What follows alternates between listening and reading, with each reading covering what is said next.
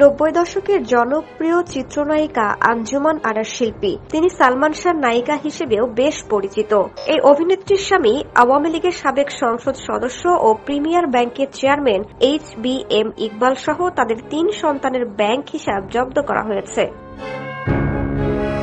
বাংলাদেশ ব্যাংকের আর্থিক গোয়েন্দা সংস্থা বাংলাদেশ ফিনান্সিয়াল ইন্টেলিজেন্স ইউনিট দেশের ব্যাংক ও আর্থিক প্রতিষ্ঠানগুলোকে এ ব্যাপারে প্রয়োজনীয় নির্দেশনা দিয়ে চিঠি পাঠিয়েছে। এতে বলা হয়েছে, হেফজুল বারী মোহাম্মদ ইকবাল ওরফে HBM ইকবাল, তার স্ত্রী আঞ্জুমান আরা শিল্পী, ডাক্তার ইকবালের প্রথম স্ত্রী প্রয়াত মমতাজ বেগম পক্ষের সন্তান মঈনুদ্দিন ইকবাল, ইকরাম ইকবাল এবং নওরিন ইকবালের অ্যাকাউন্ট স্থগিত করার নির্দেশ দেওয়া হয়েছে।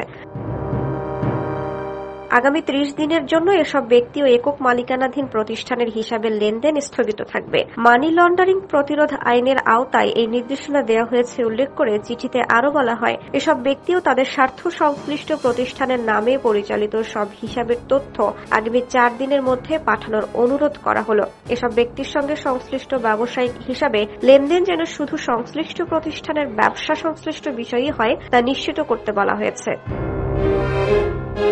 ব্যাংকের মালিকানার পাশাপাশি HBM ইকবাল নানা ধরনের ব্যবসার সঙ্গে যুক্ত। তিনি প্রিমিয়ার গ্রুপের চেয়ারম্যান। গ্রুপটির অধীনে 5 তারকা হোটেলের পাশাপাশি রেস্টুরেন্ট, সিমেন্ট উৎপাদন, মেডিকেল সেন্টার সহ নানা ধরনের ব্যবসা রয়েছে। দেশে একাধিক শিক্ষা প্রতিষ্ঠানও গড়ে তুলেছেন তিনি।